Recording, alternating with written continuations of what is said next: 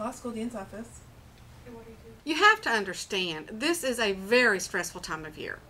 The U.S. News rankings are coming out next month, and the dean has made it his personal mission to take Stanford to the top. As a matter of fact, he's called a faculty meeting this afternoon to discuss his plans. Patsy, I'm super busy now, so hold all my calls. I can't be bothered, even by Charlie Munger, okay? Oh, what just fell down and broke? Did you get that?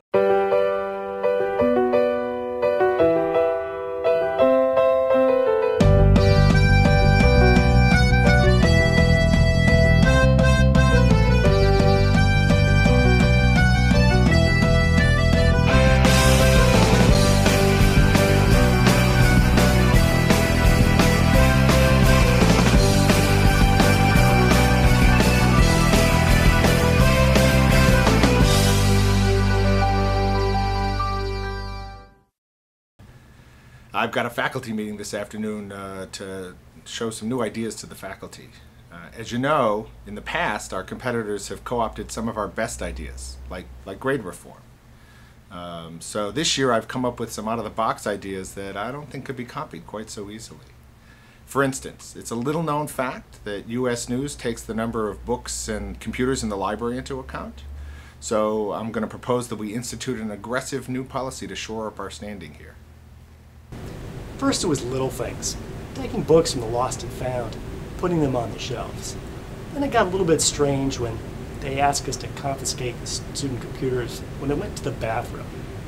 But now he wants us to go on midnight raids to the undergrad libraries. Here's last night's haul. I think we got half the Slavic literature section now. As for admissions, we all know that average LSAT score is a key indicator.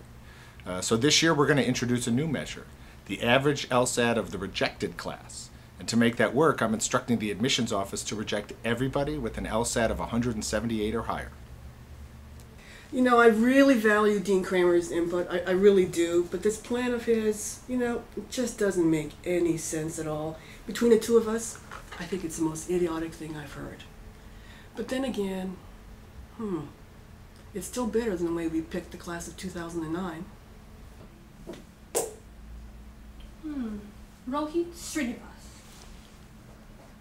As you know, we're always looking for ways to improve our LR&W program, and we also want to be more interdisciplinary. So the next step seemed obvious. I'm gonna slide this across the table. Go to the bathroom, and if I come back and this is gone, it's gone. But kind of more moot court. If your team wants to, you know, take a dive, don't ask any questions. All right, folks, listen up.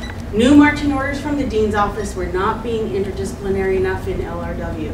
So from now on, in the fall, when the students represent the solar energy company, they're going to go over to the engineering office and learn how to actually develop solar energy panels. And their grades are going to depend on the energy efficiency of their panels. All right?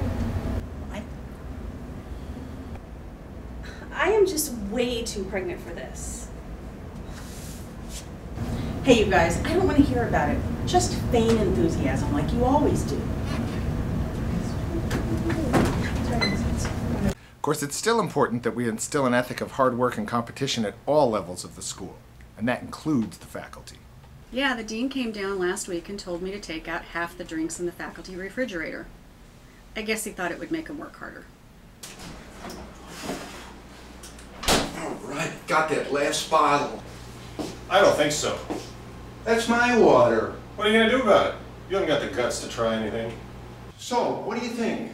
Should the plaintiff be able to recover for that bloody leg in the bag that he received from the funeral parlor, or not? Should he have to show up for a seat?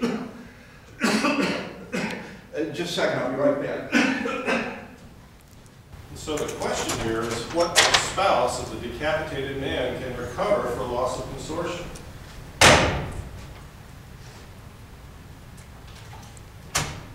What does little Johnny think about that, Sykes?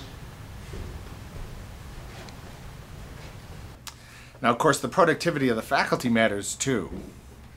Let's just say that I'm not too worried about that one.